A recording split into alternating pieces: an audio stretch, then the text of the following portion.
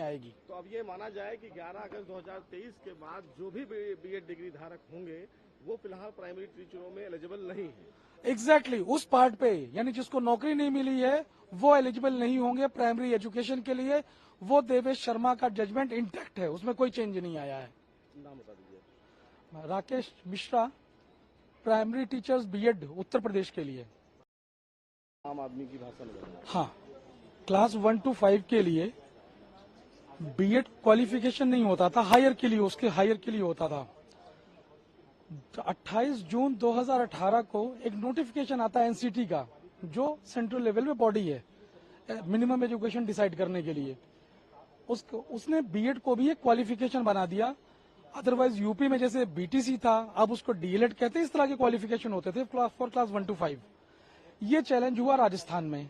Rajasthan high court ने 25 नवंबर 2021 को कहा कि B Ed is not a qualification for primary education teacher. Primary education teachers के लिए क्लास 1 to 5 के लिए बीएड एक क्वालिफिकेशन नहीं होगा। ये देवेश शर्मा में चैलेंज हुआ सुप्रीम कोर्ट में, एसएलपी में, और यहाँ जजमेंट आता है 11 अगस्त 2023 और हाईकोर्ट के ऑर्डर को अपहोल्ड किया, यानी कि बीएड बाहर हो गए प्राइमरी एजुकेशन से। इश्यू ये था कि किस दिन से बाहर हुए, नोटिफिकेशन के डेट से, जून 2018 से, या सुप्रीम कोर्ट के जजमेंट के डेट से, क्योंकि बीच में और कुछ ऑर्डर्स आए थे, जैसे हिमाचल का, उसने कहा था इट इज वैलिड क्वालिफिकेशन।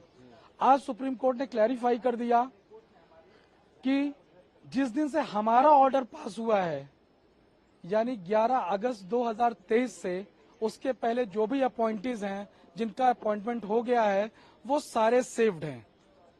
अब इसमें दो इंटरप्रिटेशंस आ रहे हैं। पहला, जैसे उत्तर प्रदेश का अपॉइंटमेंट 69,000 भर्ती में 37,000 लोग बीएड हैं, उनका अपॉइंटमेंट हो गया था 2021 मार्च तक कंप्लीट हो गया था।